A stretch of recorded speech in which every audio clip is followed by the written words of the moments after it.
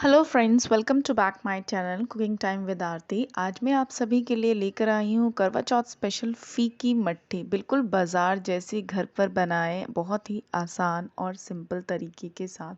बस आपको कुछ बातों का ध्यान रखना है और ये बिल्कुल ही आप घर पर बहुत ही सिंपल और आसान तरीका है, आराम से घर पर बना सकते हैं। तो मेरे चैनल को सब्सक्राइब करिए और कमेंट करके ज़रूर बताइए आपको ये रेसिपी कैसी लगी। तो मठरी बनाने के लिए सबसे पहले लेंगे हम मैदा। यहाँ पे मैंने लिया है 2 कप मैदा। अच्छा, ये फीकी मठरी है तो यहाँ पे हम कुछ भी नहीं डालेंगे, कोई मसाला नहीं, सिंपल इसमें ऑयल जाएगा और कुछ भी नहीं। तो यहाँ पे मैंने थोड़ी सी जगह बनाई और इसमें अब मैं ऐड करूँगी 2 से 3 बड़े चम्मच वेजिटेबल ऑयल। साथ ही इसमें 2 से 3 पानी, 2 से 3 बड़े चम्मच पानी डालेंगे। अब इसमें डालेंगे आधा चम्मच से भी कम बेकिंग पाउडर और साथ ही चुटकी भर बेकिंग सोडा। अब हम घर पर बाजार जैसी बना रहे हैं तो थोड़ी सी चीज़ें तो हमें ऐड करनी पड़ेंगी। तो यहाँ पर यही सीक्रेट होता है जो हम बाजार से हलवाई से लेकर आते हैं, उनके मठरी में यही सब ऐड होता है और वो इसी तरीके से बनाते हैं। अब हमें क्या करना है, सब पूरे आटे को अच्छे से मिक्स करना है, मिलाना है और थोड़ा थोड़ा पानी ऐड करके आपको आटे को गूंदना है। ध्यान रखना है यहाँ पर हमें आटे को गूंदना है, बनाना है आटे को। जैसे हम रोटी का तैयार करते हैं ना, बिल्कुल कुछ ऐसा ही। यूजुअली मठरी जो हम बनाते हैं वो कैसी होती है, उसमें हम आटे को सिर्फ कंबाइन करते हैं, जोड़ते हैं। पर यहाँ पे आपको ध्यान रखना, आटा सॉफ्ट बनाना है, उसमें क्रैक्स नहीं होने चाहिए। तो मेरा आटा तैयार हो गया, मैंने 10 से 5 मिनट तक उसको रेस्ट पे रखा था। उसके बाद इसको बनाना शुरू किया। फिर आपको गोल गोल पेड़े बना लेने हैं और हाथों से ऐसे लेकर उनको बेलना शुरू कर देना। तो ये मैंने एक पेड़ा लिया और इसको बेलना शुरू कर दिया। ध्यान रखना है आपको हल्के हाथों से बेलना है, ज़्यादा प्रेस नहीं करना है क्योंकि ये हमें थोड़ी सी मोटी बनानी है। बड़ी बनेगी, ये रोटी की तरह बनती हैं शेप में, पर इसकी जो थिकनेस वो थोड़ी सी ज़्यादा होनी चाहिए क्योंकि बाजार की वैसी ही होती है ना, बिल्कुल। बस अब आप ये देखिए, इसकी थिकनेस देखिए, इतनी थिकनेस आपने रखनी है। मिनिमम इतनी थिकनेस तो आपने रखनी ही रखनी है। आप चाहें तो इससे ज़्यादा मोटी भी बना सकते हैं, वैसे इतनी बिल्कुल परफेक्ट है। तो अब हम क्या करेंगे, एक फॉक लेंगे और एक फॉक के साथ इसको ब्रेक करेंगे दोनों ही साइड। ये इसलिए ज़रूरी है ताकि मठरी फूले नहीं और वो बिल्कुल खस्ता और क्रिस्पी बने, बिल्कुल बाजार जैसी कुरकुरी और खस्ता बने। तो ये मैंने एक फॉक ले लिया है। अब मैं फॉक के हेल्प से दोनों साइड ब्रेक कर दूंगी।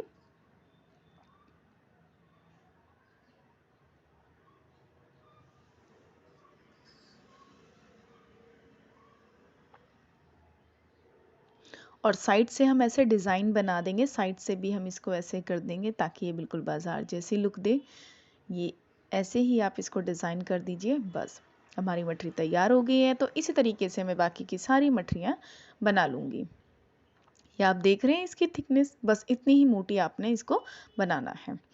तो इसी तरीके से अब मैं एक और बनाऊंगी, मैं आपको एक और बना के दिखाती हूँ।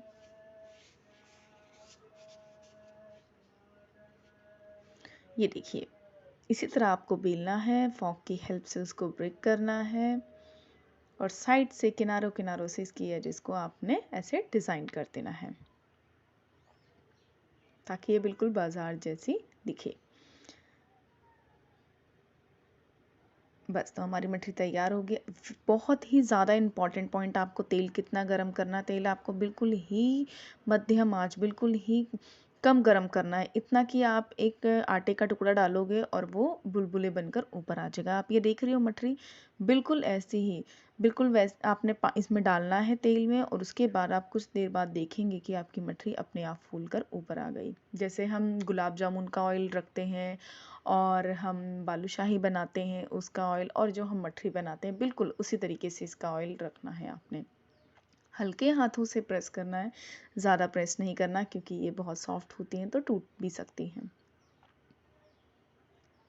ये मठरी बहुत ज़्यादा पसंद की जाती हैं, अचार के साथ पसंद की जाती हैं, चाय के साथ पसंद की जाती है। पर्सनली मुझे भी बहुत पसंद है ये फीकी मठरियाँ। तो मैंने सोचा क्यों ना इस बार मैं घर पे ही बनाऊँ। ये देखिए, ये मठरी हमारी तैयार हो गई है। इसी तरीके से मैं दूसरा बैच भी तैयार कर लूँगी। अच्छा, मेन इम्पॉर्टेंट पॉइंट क्या है कि जो आपको मठरी का सबसे ज़्यादा ध्यान रखना है वो यहाँ पे फ्राई करते हुए, क्योंकि यहीं पे हमें सबसे ज़्यादा सब्र का ध्यान रखना है। जितना ज़्यादा आप पेशेंस से आप इसको फ्राई करेंगे, आपकी मठरी उतनी ज़्यादा खस्ता और बिल्कुल बाज़ार जैसी बनेगी। एक बैच को फ्राई करने में लगभग आपको 8 से 10 मिनट लग सकता है, क्योंकि ये हमेशा मध्यम आंच पर ही फ्राई की जाती है। अगर आप इसको हाई हाई फ्लेम पे फ्राई करोगे तो मठरी पकेगी नहीं और वो ऊपर से कड़क हो जाएगी और अंदर से कच्ची। तो आपको ध्यान रखना है, बहुत ही कम लो फ्लेम पे आपको मध्यम, बिल्कुल मध्यम से भी कम आंच पे आपको धीरे धीरे इसको फ्राई करना है। ये देखिए मेरा दूसरा बैच भी तैयार हो गया। आप इसका कलर देख रहे हो, बस इतनी गोल्डन फ्राई हो जाए आपको इसको निकाल लेना है। देखिए कितना प्यारा सुनहरा कलर आया है। अब हम इसको निकाल लेंगे। इसी तरीके से मैं अपनी बाकी सारी मठरियाँ तैयार कर लूँगी। मेरी सारी मठरियाँ तैयार हो चुकी हैं। अब आप इनकी आवाज़ सुनिए, बहुत ज़्यादा खस्ता और क्रिस्पी बनी है ये मठरियाँ, है ना आसान तरीका। तो इस बार बाज़ार से क्यों लेके आना, इस बार हम अपने घर पर ही बनाते हैं। ये देखिए। अच्छा, अब आप इनको बनाने के बाद आप इनको जार में रख कर स्टोर भी कर सकते हैं, बट ध्यान रखना है मठरियाँ आपकी बिल्कुल ठंडी हो जानी चाहिए, क्योंकि जितनी देर तक ये ठंडी रहेंगी उतनी ज़्यादा ये खस्ता बनेगी। ये देखिए बहुत ज़्यादा खस्ता बनी है मठरियाँ। ये आवाज़ सुनिए, है ना बिल्कुल बाज़ार जैसी एकदम खस्ता। तो आप एक बार बना कर देखिए, मेरी बात पे यकीन ना करिए, एक बार बना कर देखिए, घर पे इस रेसिपी को ज़रूर ट्राई करिए।